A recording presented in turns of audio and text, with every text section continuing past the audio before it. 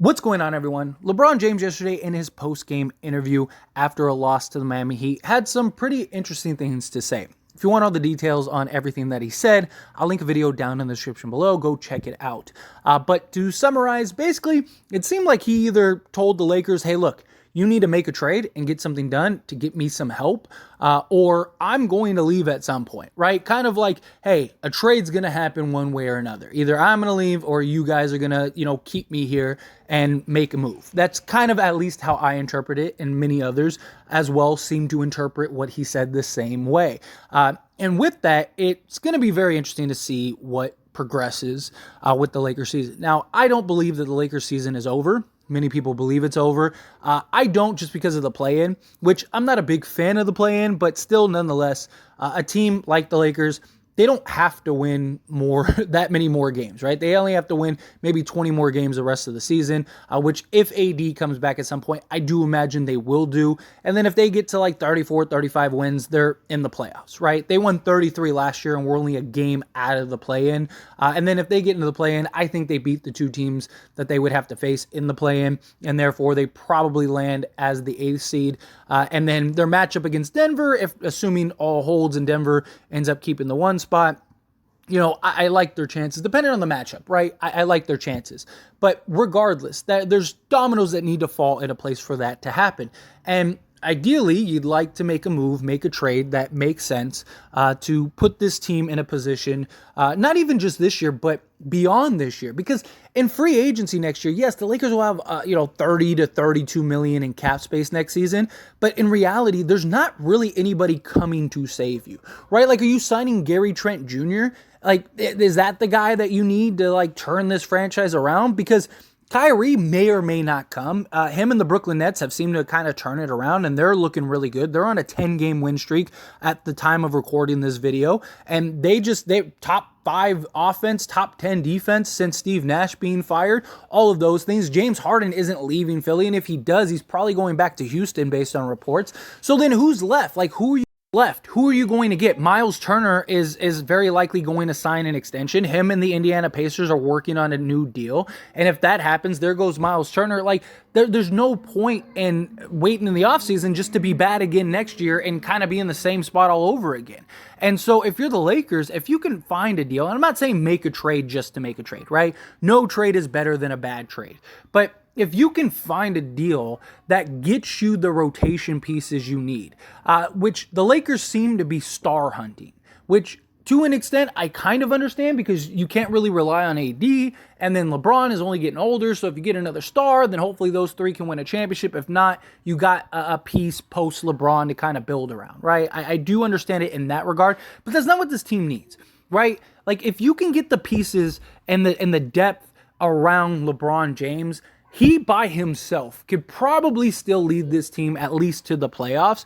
And then you add AD, healthy AD come playoffs, and you're probably a contender. And it's not even about this season. Even if the Lakers did a deal, let's say they did like the Hornets trade, right? You get PJ Washington, Kelly Oubre, Terry Rozier, and Gordon Hayward, right? Well, those are pieces that can help you this season, but also can help you next season when you need pieces like that. You need a bunch of wing players to put around LeBron James and Anthony Davis. Again, I'm not saying do a trade just for the sake of doing a trade, but if you can find a trade that makes sense now and next season, then you do that. And obviously, if the Lakers don't make the playoffs or anything like that, then at least you still have the foundation going forward. You got the chemistry being built the rest of the season, and then you got a full offseason and training camp for these guys to figure it out, and then hopefully you go on a run or a push the last 2 years of LeBron James's career. That would be ideal, right? But based on reports that have recently came out today, it looks like the Lakers might not be doing a deal at all. So here's what was said. Internally, sources said there's been serious consideration given to writing out the season without making a major deal, and if they can't find one that would make the team a realistic contender, Dan Woke wrote, Westbrook has been heavily involved in trade rumors, which ramped up last season. However, Jovan Buha of The Athletic reported that a deal involving Westbrook likely isn't going to happen. From my understanding, I think a Russ trade is probably off the table at this point. In most scenarios, they would have to attach 2 picks. So again, Russ, the Lakers don't want to just trade Russ to trade Russ. And at this point, you can't trade Russ just to trade Russ. Right now, the reason I bring up the Hornets deal a lot is because that's one of the few deals that the Lakers had conversations with in the offseason because of Miles Bridges. Now, the Hornets and Bridges are working on a new contract. If that's anywhere close to a max, then I could see the Hornets and the Lakers having that conversation again, and that wouldn't require both first, right? In reality, it probably shouldn't require any first, but at worst, you're probably giving up one first in the deal, and that's because the Hornets need to unload all of that salary because they still got to pay Ball. You know, you're going to have to pay PJ Washington unless you move them. So the idea and the thinking as to why the Hornets wanted to do this deal was because they basically cleared their salary books, and now more so than ever, where they actually have a real shot at Victor Wembanyama.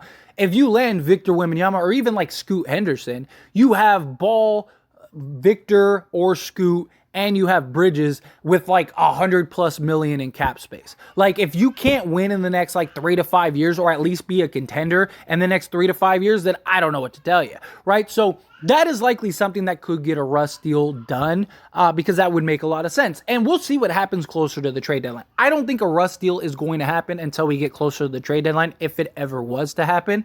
I think realistically, probably looking at a Patrick Beverley, Kendrick Nunn type deal if they were to do a deal. But look, again, I'm not against the Lakers standing pat if there's nothing out there.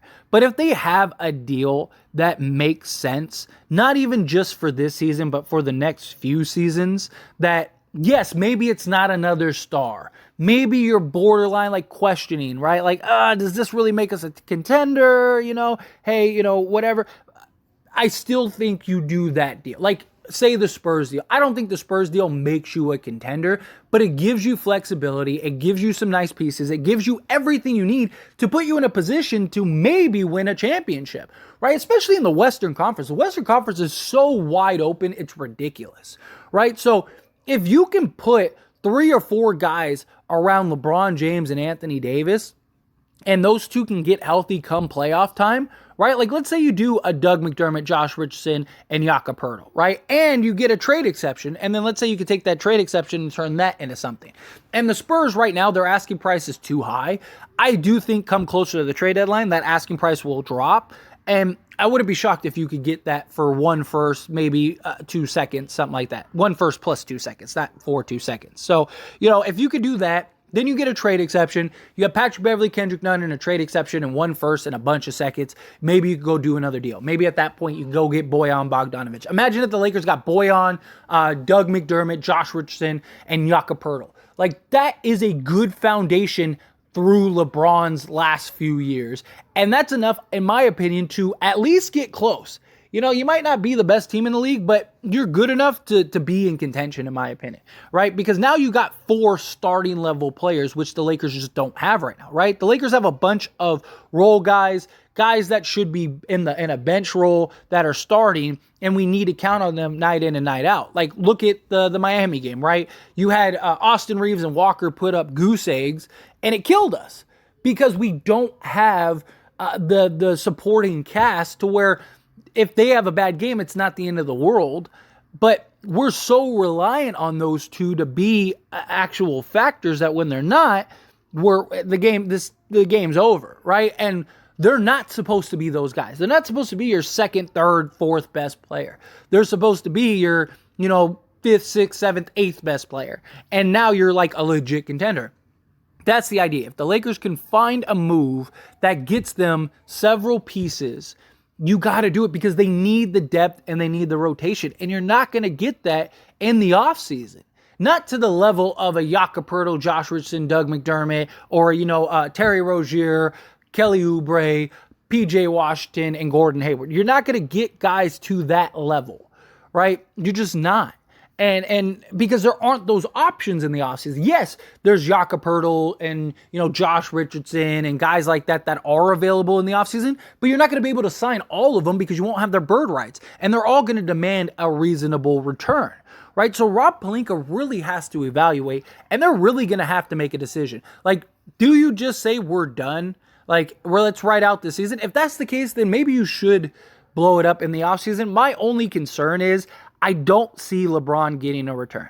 I don't. Like, who's blowing up the team? And I know other people feel otherwise, but nobody can give me a team that realistically has the salaries to match and would give up, half their team in order to go get a 39-year-old LeBron James. Maybe Philly. Philly's the only one that I've seen people mention that kind of makes sense. Maybe you trade James Harden and get it for LeBron, and move off of Harris's contract. But even then, maybe that would probably be a fair trade for both sides, because then you got Harden, AD, Harris, right? So, okay, cool. And you'd have some, flexibility to go get some other pieces.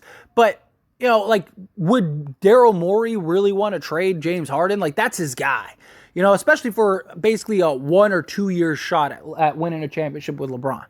I mean, maybe that's something. I don't know. But outside of that, Cavs aren't doing it. Who's doing it? The Warriors aren't giving up all their young guys for a year of LeBron. They're not doing that. And I don't even think they would want LeBron, right? Would Steph really want LeBron? I don't think so.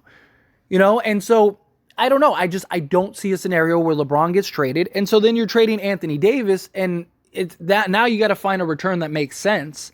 And it's just what team again is going to give up the farm for Anthony Davis? I just don't see you getting fair value. So, I mean, Rob Pelinka either way is going to have to make a decision. He's going to have to figure out, what am I going to do? Are we just writing this season off and calling it a dud and see what we can do next season? Which at that point in the offseason, after the trade deadline or after the draft day, they would technically have 3 first-round picks, right? The guy they drafted and 2 other firsts, so they could draft for another team if they were to work out a trade. But I don't see the Lakers turning around next season. I think the only way you're going to turn around is with a trade. The only way I see us turning it around is if Rob Pelinka finds a trade. Again, I don't want to trade just for the sake of a trade. I don't want them, going and trading for Bojan Bogdanovic is not going to save the day.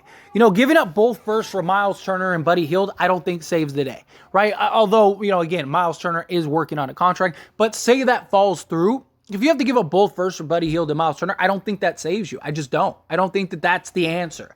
Because we need 4, 5, 6 guys, at this point, right? And we need the role players in the depth. We need starting level talent. And I just don't see the Lakers doing that outside of a trade. Maybe you go get, Trent Jr. in the offseason. He's 23 and he's a guy that you could build around for the future, but then you basically just wasted LeBron and you wasted AD, which, it is what it is. LeBron has to take some accountability in this scenario. He was the one that wanted Russ, him and AD. You made your bed. At some point, you got to just suck it up. Now, if Rob can find a deal, you find a deal and you make a deal. But it's going to be interesting. Going to be very interesting. We're going to see what ends up happening. I wouldn't be surprised either way. I wouldn't be surprised if the Lakers don't make a deal. I wouldn't be surprised if the Lakers do make a deal. But LeBron calling it out, Genie's, I could see Genie Bus giving in and caving to LeBron. Hey, get a deal done, get LeBron what he wants, that type of thing. Because she wants to keep the perception that, she's a superstar-friendly organization. Look at what she did for Kobe. That's one of the big reasons why LeBron came, and it shows face hey, we're willing to do whatever it takes, right? But I don't know. I don't know. We keep getting these reports that the Lakers organization is, worried about making a win now move, that they're worried about making a trade, that they very likely might not make a trade. And it's just that narrative is being put out there for a reason, right? So anyway, as always, this is a discussion, so I pass the question on to you. Let me know your thoughts and opinions down in the comments below. What do you think? Do you think the Lakers make a deal? Do you think they don't make a deal? Is this good news? Is this bad news? However you feel, whatever your thoughts are, good, bad, ugly, somewhere in between. I love to hear them. Let me know down in the comment section below.